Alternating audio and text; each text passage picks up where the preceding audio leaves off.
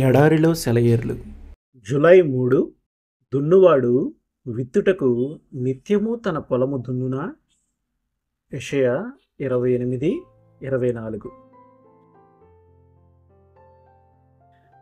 వసంతకాలం అప్పుడే వచ్చింది.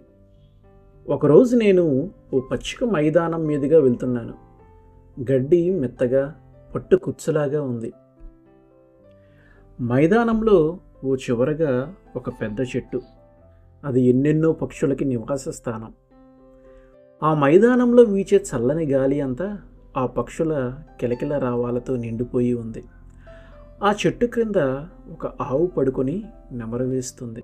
బాటకి యువతలుగా ఒక పొదకి బంగారు చంగావి రంగులు కలబోసిన పూలు గుత్తులు గుత్తులుగా పూశాయి. దానిపై ఓ వైలెట్ పూలు పూసిన తీగ ఎగబ్రాకి ఉంది. ఆ ఫెన్సింగ్ను ఆనుకొని అలా నిలబడిపోయి ఆ దృశ్యాన్ని తదేకంగా చూశాను. ఎంతకంటే అందమైన గడ్డి మైదానం, అందమైన దృశ్యం మరెక్కడా లేదనుకుంటా. తర్వాత రోజు కూడా అటుగా వచ్చాను. చూస్తే ఏముంది, అంతా నాశనం. ఒక రైతు నాగలి నానుకొని నిలబడి ఉన్నాడు. అంతా వికృతమైన నాగటి చాళ్ళు. మెత్తటి పచ్చిగడ్డి స్థానంలో బయటికి వచ్చి నగ్నంగా కనిపించే ముదురు గోధుమ వన్నెమట్టి. పక్షుల పాటలకు బదులు అక్కడక్కడ కొన్ని కోళ్ళు పురుగుల కోసం నేలని మట్టగిస్తున్నాయి.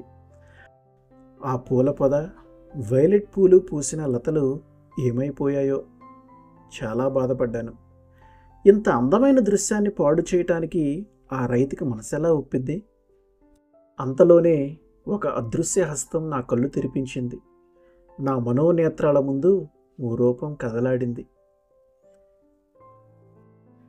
పంట పండి కోతకు సిద్ధంగా ఉన్న గోధుమ పొలాలు, సూర్యుని బంగారు కిరణాల్లో మెరిసిపోతూ భారంగా ఊగుతున్న గోధుమ కంకులు, ఆ బంగారు కంకుల మధ్య నేల నిన్నటికంటే వింత అందాలను సంతరించుకుంది.